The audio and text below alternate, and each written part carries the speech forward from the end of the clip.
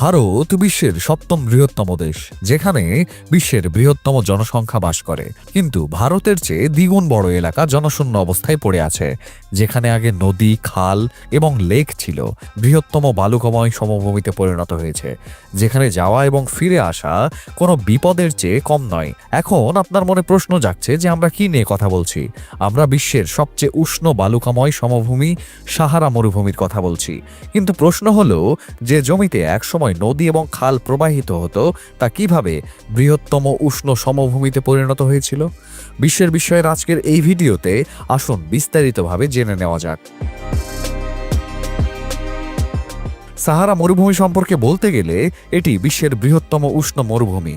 এটি এত বড় যে এর কেন্দ্রে পৌঁছানোর পর যদি আপনি উত্তর থেকে দক্ষিণে যাওয়ার চেষ্টা করেন, তবে প্রতিদিন হাঁটার পরেও আপনি 2 মাস ধরে এই অঞ্চলটি অতিক্রম করতে পারবেন না। শুধু তাই নয়, যদি আপনি পূর্ব থেকে পশ্চিমে যান, তবে 5 মাস সময়ও যথেষ্ট নয়। কিন্তু এটা এত সহজ হবে না, কারণ এই এলাকাটি এতটাই বিপজ্জনক যে যতই শক্তিশালী মানুষ হোক না কেন, সে এখানে 2 দিনের বেশি টিকে থাকতে পারবে না। কারণ এখানে দূর দূর পর্যন্ত কেবল বালি আর বালি, না আছে পানি, না আছে কোনো গাছপালা। পাশাপাশি বিপজ্জনক প্রাণীও এখানে পাওয়া যায়। এর অবস্থা শুনে আপনি নিশ্চয়ই মনে মনে ভাবছেন যে কেউ কেন এমন জায়গায় যেতে চাইবে। কিন্তু আপনি জেনে অবাক হবেন যে এত কঠিন পরিস্থিতি সত্ত্বেও এখানে 20 থেকে 30 লক্ষ মানুষ বাস করে, এবং তাও আজ বা কাল থেকে নয়। এই মানুষগুলো শতাব্দী ধরে এখানে বাস করে আসছে। কিন্তু আশ্চর্যের বিষয় হলো, তারা কিভাবে এত নির্জন এবং অসুবিধাজনক এলাকায় বাস করছে, তাও আবার এখানে পাওয়া বিপজ্জনক প্রাণীদের কথা শুনলে আত্মা কেঁপে ওঠে। তাহলে আমরা জানবো কিভাবে তারা নিজেদের রক্ষা করে। তবে প্রথমে এই উত্তপ্ত মরুভূমি সম্পর্কে কথা বলা যাক। এই অঞ্চলে এক ফোঁটা পানি কোনো অমূল্য জিনিসের চেয়ে কম নয়। এখানকার মানুষ প্রতিটি ফোঁটা পানির জন্য আকুল। কিন্তু আপনি জেনে অবাক হবেন যে যে জায়গায় মানুষ এক ফোঁটা পানির জন্য আকুল হয়, সেখানে আগে একটি সমুদ্র ছিল। এখানে সবুজ মাঠ এবং সভ্যতা বসতি স্থাপন করেছিল। আজও বালির নিচে একটা পুরো সমুদ্র চাপা পড়ে আছে। কিন্তু দুঃখের বিষয়, পানি থাকা সত্ত্বেও এই জায়গাটি এত শুষ্ক। কিন্তু প্রশ্ন হলো, এত প্রযুক্তি থাকা সত্ত্বেও এখানকার মানুষ কেন এক ফোঁটা পানির জন্য আকুল? এটা বুঝতে হলে আপনাকে ইতিহাসে ফিরে যেতে হবে। সাহারা মরুভূমি প্রায় 92 লক্ষ বর্গ কিলোমিটার এলাকা জুড়ে বিস্তৃত। এর বিশালতা আপনি এটা থেকে অনুমান করতে পারেন যে ভারতের মতো বিশাল একটি দেশ এতে 3 বার সম্পূর্ণভাবে প্রবেশ করতে পারে। সেই কারণে এটি 11টি দেশে বিস্তৃত। এটি আফ্রিকার বেশিরভাগ অংশ জুড়ে বিস্তৃত। এই মরুভূমি মিশর, লিবিয়া, আলজেরিয়া, মরক্কো, পশ্চিম সাহারা, মৌরিটানিয়া, মালি, নাইজার, চাঁদ, সুদান এবং ইরিত্রিয়ার কিছু অংশ জুড়ে বিস্তৃত। এই মরুভূমি এতটাই বিপজ্জনক যে 11টি দেশে বিস্তৃত হওয়া সত্ত্বেও এর কোনো সীমানা নেই। মরুভূমিতে হাঁটার সময় আপনি বুঝতেই পারবেন না যে কখন আপনি এক দেশ থেকে অন্য দেশে পৌঁছে গেছেন। যদিও আজ এটি একটি বালুকাময় সমভূমি, কিন্তু হাজার হাজার বছর আগে এটি একটি সবুজ এলাকা ছিল। নদী, খাল এবং সবুজ তৃণভূমি এখানে ছিল। জিরাফ, হাতি, সিংহের মতো বৃহৎ প্রাণী এখানে বাস করত, এবং কৃষির ভিত্তিতে মানুষ এখানে বড় বড় উপনিবেশ স্থাপন করেছিল। এই সেই সময় ছিল যখন এই অঞ্চলটিকে সবুজ সাহারা বা আফ্রিকান মানব যুগ বলা হতো। কিন্তু তারপর এমন কিছু ঘটেছিল যার কারণে এই সবুজ অঞ্চলটি বালুকাময় সমভূমিতে পরিণত হয়েছিল, এবং এই সব ঘটেছিল পৃথিবীর কারণে। আসলে পৃথিবী, যা সৌরজগতের সবচেয়ে অনন্য গ্রহ, যেখানে জীবন বিদ্যমান, প্রতি 20,000 বছর অন্তর নিজেকে একটু করে পরিবর্তন করে তোলে। পৃথিবীর প্রবণতা অর্থাৎ অক্ষীয় কাত পরিবর্তন হয়, এবং এর কারণে বর্ষার দিকও পরিবর্তন হয়। এবং আপনি তো জানেনই যে বর্ষাই একটি অঞ্চলের ভবিষ্যৎ নির্ধারণ করে। যখন বর্ষা সাহারায় পৌঁছাতো, তখন আফ্রিকায় বৃষ্টি হতো এবং সবুজতায় ভরে থাকতো। কিন্তু প্রায় 5 থেকে 6,000 বছর আগে এমন কিছু ঘটেছিল যার কারণে বর্ষা তার গতিপথ পরিবর্তন করে। সাহারায় বৃষ্টি আসা বন্ধ হয়ে যায়, এর লেক এবং পুকুর শুকিয়ে যায়, তারপর বড় বড় নদী এবং তারপর বড় বড় গাছ শুকিয়ে যেতে শুরু করে, এবং এই পুরো অঞ্চলটি মরুভূমিতে পরিণত হয়।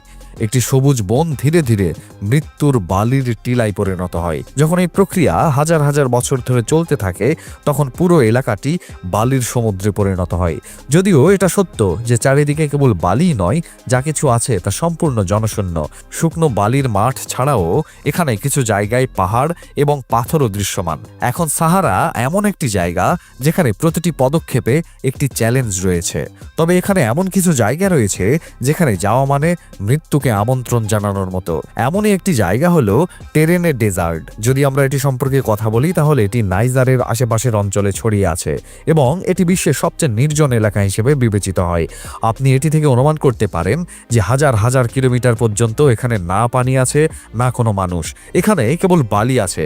যদি কোনো ব্যক্তি এখানে আটকে যায় তবে সে পানি ছাড়া কয়েক ঘন্টাও বাঁচতে পারবে না, কারণ এখানকার তাপমাত্রা সর্বদা 50 ডিগ্রি সেলসিয়াসের উপরে থাকে। যাই হোক, কয়েক বছর আগে পর্যন্ত এখানে একটি গাছ ছিল যাকে বিশ্বের সবচেয়ে একাকী গাছ বলা হতো, ট্রি অফ টেনেরে। কিন্তু দুঃখের বিষয় হলো এই গাছটিও একজন মাতাল ট্রাক চালকের শিকার হয়েছিল। এছাড়াও এখানে ট্রান্স সাহারান ট্রেড রুটও আছে। এটি নাইজারের অঞ্চলে অবস্থিত এবং 21 শতাব্দীতে এটি চোরাকারবারি এবং ডাকাতদের আড্ডাস্থলে পরিণত হয়েছে।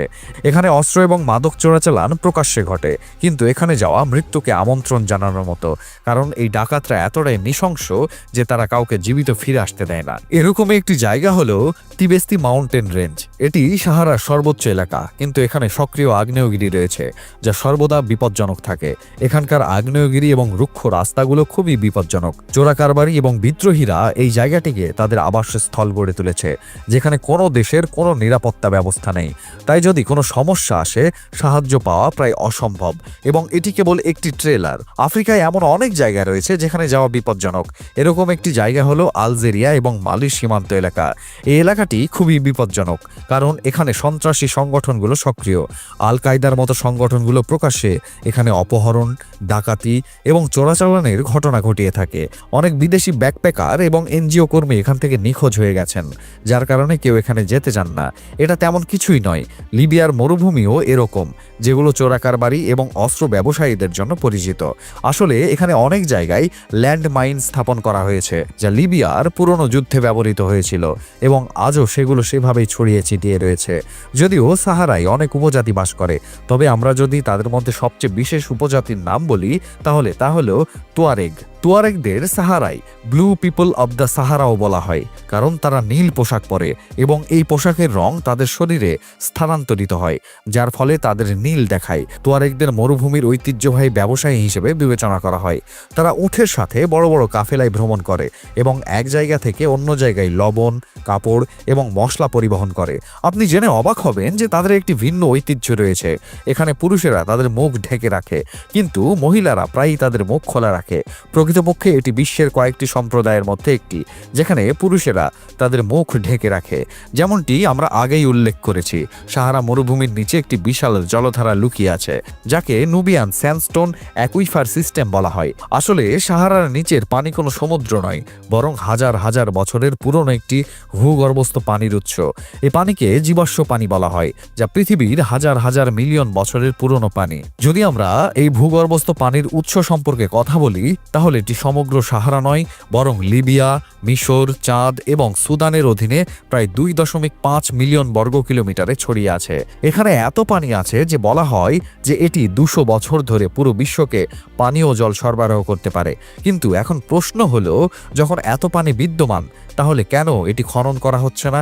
সর্বোপরি কেন এই লোকদের এখান থেকে পানি দেওয়া হচ্ছে না? আসলে এমন একটি চিন্তা সবার মনে এসেছে, কিন্তু সমস্যা হলো এই পানি খুব গভীরে এবং এটি উত্তোলন করা খুবই ব্যয়বহুল এবং প্রযুক্তিগতভাবে কঠিন। সাহারা মরুভূমির নাম শুনলেই কেবল একটি চিন্তাই মনে আসে, এই জায়গাটি অত্যন্ত গরম এবং পানিহীন। যদিও এটা সত্য যে এখানে পানির অভাব রয়েছে, কিন্তু এই জায়গাটি সবসময় গরম থাকে না।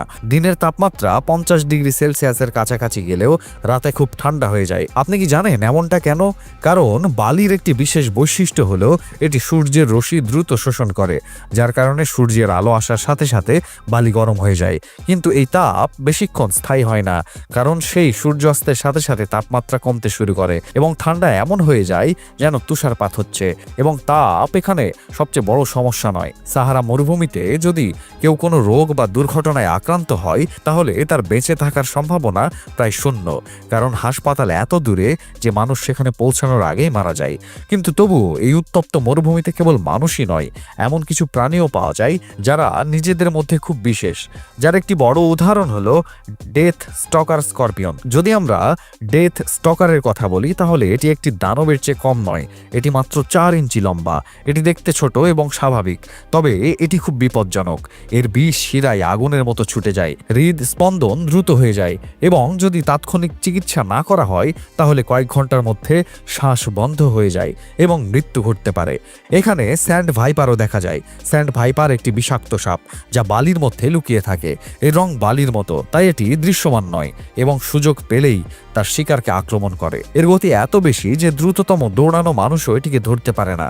সাহারায় রাতে যখন পুরো মরুভূমি নীরব হয়ে যায় তখন হঠাৎ এখানে অদ্ভুত হাসির মতো একটি আওয়াজ শোনা যায়, কিন্তু এটি কোনো মানুষের নয়, এটি হায়েনার আওয়াজ।